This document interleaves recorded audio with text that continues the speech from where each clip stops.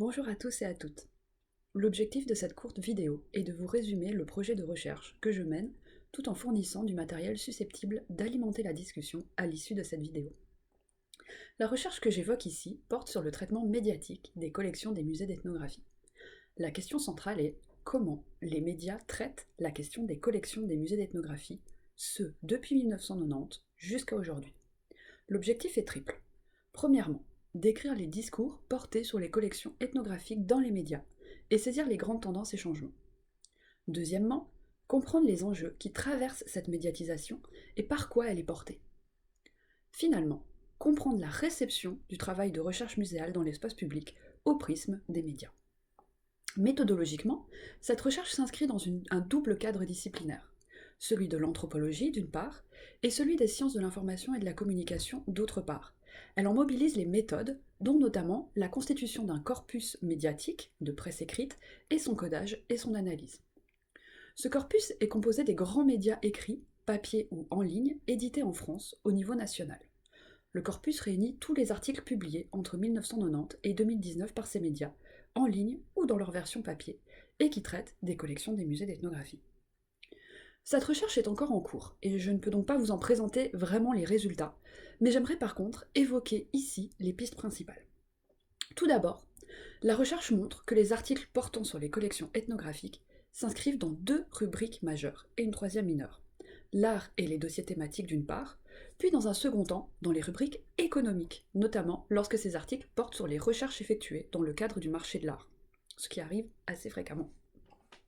Deuxièmement, les mentions des collections ethnographiques dans la presse peuvent être schématiquement regroupées en des catégories qui constituent autant de moments médiatiques des collections et des musées d'ethnographie, à savoir, premièrement, la création, refonte des musées, deuxièmement, les expositions, troisièmement, le trafic illicite, quatrièmement, les restitutions. Ce sont les deux derniers moments médiatiques qui mobilisent le plus la question de la recherche sur les collections, et plus particulièrement la question des recherches de provenance. J'aimerais donc brièvement m'arrêter sur ce dernier moment médiatique, celui de la restitution des collections ethnographiques.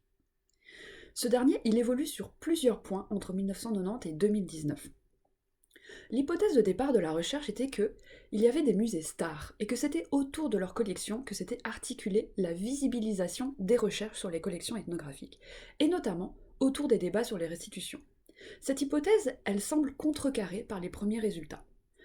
En effet, le traitement médiatique de ces restitutions, il s'effectue majoritairement autour de grands cas. On observe peu d'intérêt pour des musées en particulier, même par exemple lors de l'ouverture du musée du Quai Branly Jacques Chirac en 2006. Par contre, qu'il s'agisse de collections ethnographiques ou non, les restitutions sont toujours abordées au prisme de certains grands cas. La recherche de provenance est dissociée des collections ethnographiques dans les médias, puisque la majorité des cas de restitution mentionnés et de recherche de provenance sont liés à des cas de spoliation de biens juifs dans un premier temps, et des collections archéologiques dans un second temps. Par exemple, les frises du Parthénon. On observe un switch après 2010, qui n'est donc pas lié à l'ouverture des musées comme le pensait l'hypothèse de départ, par exemple l'ouverture du musée du Quai Branly en 2006. Ce switch, il prend de l'ampleur, on a plus de 100% d'articles en plus à partir de 2018 et du discours de Ouagadougou d'Emmanuel Macron. Donc en fait, ces résultats préliminaires, ils nous permettent de dire que c'est bien les enjeux politiques qui sont à la base de la visibilisation des recherches qui sont menées sur les collections ethnographiques. C'est un switch qu'on observe aussi dans le traitement des restitutions des collections ethnographiques qui avant 2010 ne sont jamais associées au passé colonial français. La première mention, elle apparaît seulement en 2010. Cet angle politique, il se retrouve dans l'emploi des termes, puisque ce sont majoritairement les villes et les États qui sont mentionnés et non les institutions. Donc on parle du conflit entre Bonn et Moscou. C'est Rouen qui rend les têtes maoris, etc. Les institutions, elles sont généralement abstraites du discours médiatique. Les musées sont en fait très très peu visibles dans l'espace médiatique. Les recherches, elles se font aussi l'écho des inventaires généraux ou des outils des associations professionnelles. Donc on a cet angle politique, mais on a aussi la présence des associations professionnelles comme l'ICOM, ou alors des grandes organisations non gouvernementales comme l'ONU ou l'UNESCO. Et donc du coup, on a premièrement les enjeux politiques, et deuxièmement, en fait, les associations et les organismes qui apparaissent, et finalement les institutions comme les musées. Donc sur la base de ces considérations, j'aimerais poser les deux questions suivantes qui viendront selon moi alimenter la discussion qu'on aura à l'issue de cette vidéo. La première en fait question, elle est liée à l'absence des institutions dans les sujets médiatiques, dans les médias, sur les collections ethnographiques. Du coup, quelle place donner ou redonner au musée en tant qu'institution de recherche au sein de l'espace médiatique? Pour quelles raisons et comment? La deuxième question, elle est liée à l'assimilation quasiment systématique des collections ethnographiques aux enjeux politiques.